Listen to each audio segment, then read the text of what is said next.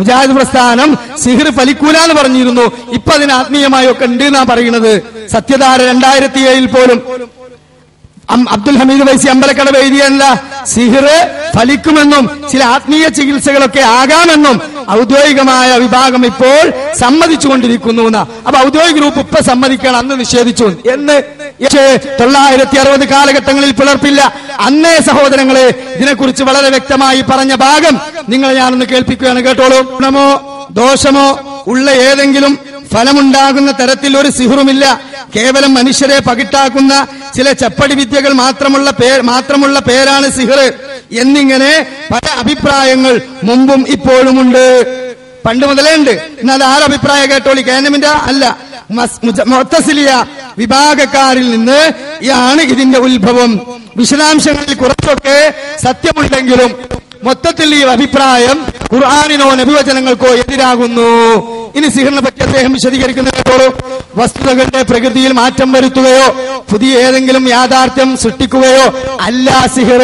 പക്ഷേ മനുഷ്യന്റെ ഇന്ദ്രിയ ശക്തികളെ സിഹിറിന്റെ കർത്താവ് ഉദ്ദേശിക്കുന്ന പ്രകാരത്തിൽ കബളിപ്പിച്ചേക്കും. ഇതാണ് മൂസാ നബി സ്വല്ലല്ലാഹു അലൈഹി വസല്ലമയുടെ കഥയിൽ ഖുർആൻ വിവരിച്ച സിഹിർ. സിഹിറുകാരുടെ കയറുകളും വടികളും അവരുടെ സിഹിർ നിമിത്തം ഓടുന്നതായി അദ്ദേഹത്തിന് തോന്നിക്കപ്പെട്ടിരുന്നുവെന്നും ഭയപ്പെടേണ്ടതില്ല. താൻ തന്നെയാണ് ഉന്നതൻ അല്ലാഹു പറഞ്ഞു. അത് സൂറത്ത് ത്വാഹയിൽ അല്ലാഹു ഉദ്ധരിച്ചിട്ടുമുണ്ട്. അത് സിഹിർ മൂസാ നബി അലൈഹി സ്വലാത്തു വസ്സലാമിനെ ബാധിച്ചു എന്നത് ഖുർആൻ പറഞ്ഞതിനെ ശരിവെച്ചുകൊണ്ട് സിഹിറിന്റെ യാഥാർത്ഥ്യമുണ്ട് എന്ന് അദ്ദേഹം സമ്മതിക്കുകയാണ്. മനുഷ്യരിൽ ചില മാറ്റമുണ്ടാക്കുകയും സിഹിറുകാരന്റെ ഹൃദയപ്രകാരമുള്ള ചില മാറ്റങ്ങൾ മനുഷ്യന്റെ ഇന്ദ്രിയ ശക്തികളിൽ അവൻ ഉളവാക്കുകയും ചെയ്യുന്നു.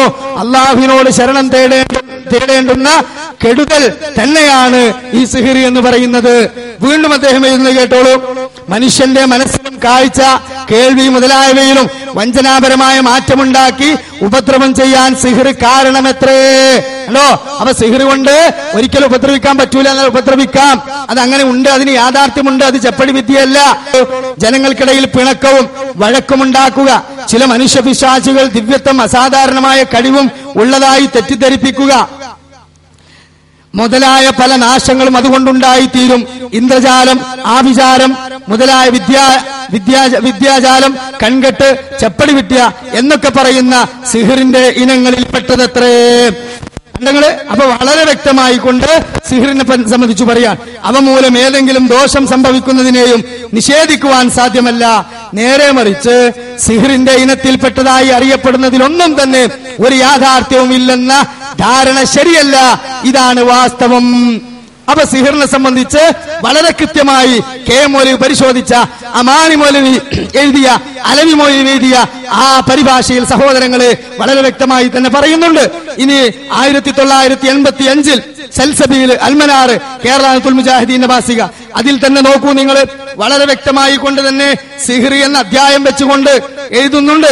അബ്ദുൽ ഹക്ക് സുല്ലമി ആമയൂര് ആ സിഹിറിനെ സംബന്ധിച്ചിടത്തോളം പറയുന്നുണ്ട്, പ്രവാചകൻ താക്കീത് നൽകിയ 7 മഹാഭാവങ്ങളിൽ ഒന്നാണ് സിഹിർ അഥവാ ആഭിചാരം.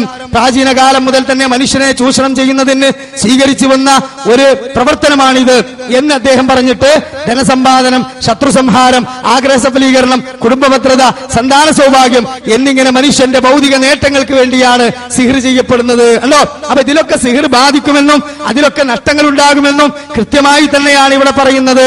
മാട്ട് മാരണം അദ്ദേഹം പറയുന്നത് കേട്ടോളൂ. പിന്നെ ഉറുക്ക്, നൂല് കെട്ടുക, ജപപൂജകൾ നടത്തുക, തകിടുകൾ കുഴിച്ചിടുക,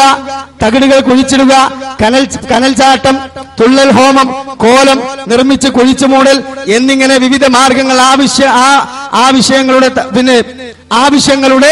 തോതനുസരിച്ച് ചെയ്യപ്പെടുന്നു.